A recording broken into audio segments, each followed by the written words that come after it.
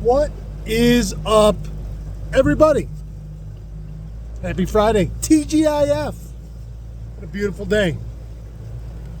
I had the pleasure this morning to take out one of the New York State outdoor writers and his lovely wife. I had Mike and Lee Joyner on the boat with me this morning. I just dropped them off. It was a little windy out on the lake, so we didn't do it.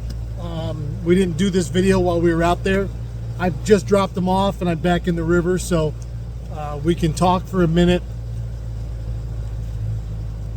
The good news is that I finally found some fish that I feel comfortable saying I've got fish now. I can go start figuring out how to catch them.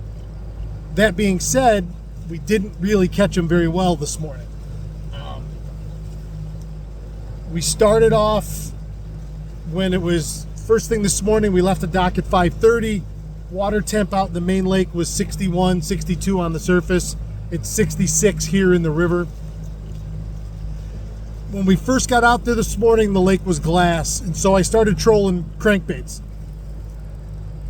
We did that for an hour without a bite, but there's a lot of debris floating.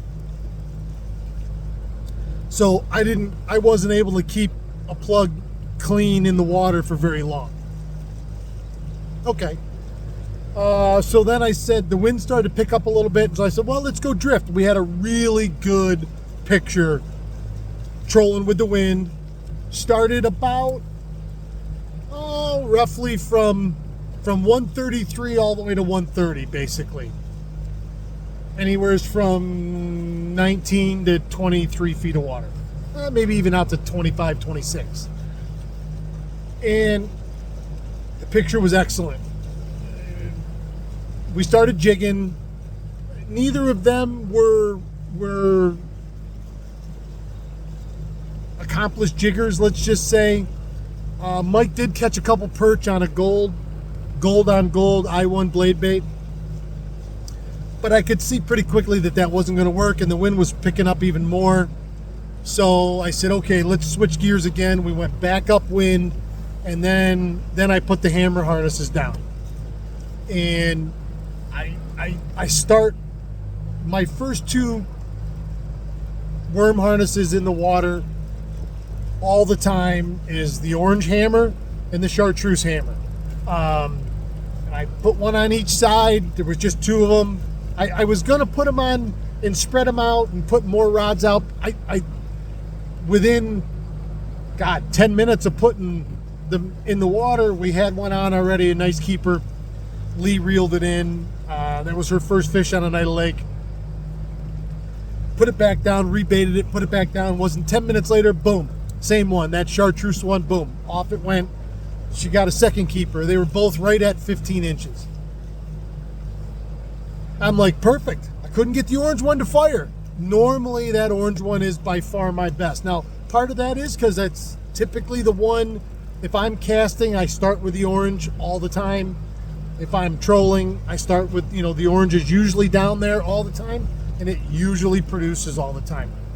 It did not today. I didn't take a bite on it, and I changed that side 3 different times so the hammer harnesses, if you don't know, are a willow leaf blade.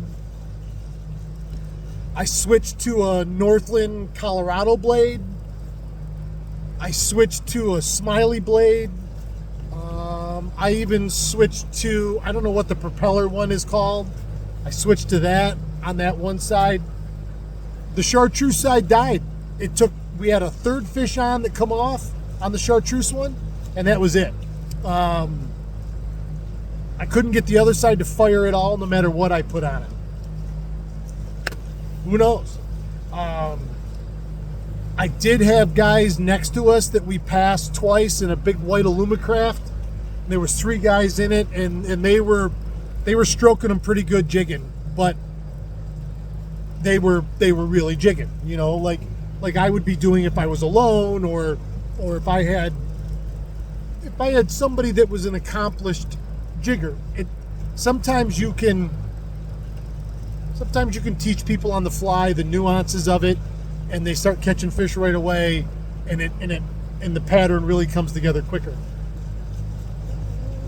When you have somebody that's never done it before, and Mike grew up in North Syracuse originally, and has fished this lake quite a bit in the older days. Even he was not really up to speed on what I call the Oneida jig. But irregardless, my job was to put fish in the boat, so certainly trolling was the way today. And again, the trolling was challenging because there's already a ton of floating weeds between, for whatever reason. They're obviously growing back up again already, seeing weeds coming up fast in a lot of areas. So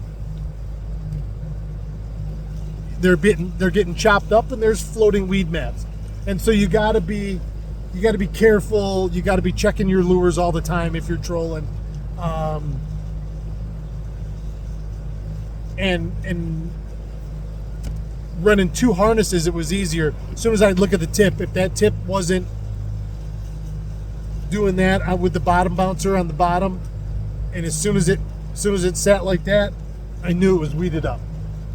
But that's pretty quick. I mean, you can keep those. I had them in rod holders. I could have had them holding them. They could have held them just as easily. But it is what it is.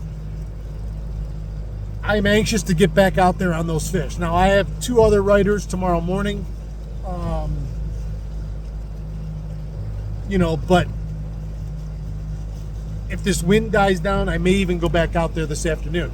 There's a pile of fish out there, and it makes me feel good to finally feel like I've got some fish that I can go mess with. And now the putting the pattern together is what we'll start to do. So, although this wind's going to howl all afternoon, it's going to blow out of the west again. They said 15 to 20. It's blowing 10 to 15 already. Now the west end, there's not much waves, obviously, because it's a west wind, so which is okay. But she's cranking. It is supposed to crank all day today, so we'll see. So that's my story. That's my morning. I hope everybody out there had a great day that was out there today. I saw Captain Nick. He was getting them. He told me he had some anyway when I went by him. I see Captain Jason. I didn't talk to him. He was just on the other side of me. They were jigging, looked like, for the most part. So if you're out there today, I hope you get them. Be careful of the wind, and I'll see all you guys tomorrow. I'm coming into my dock. I'll see all you guys tomorrow. Keep your tip up.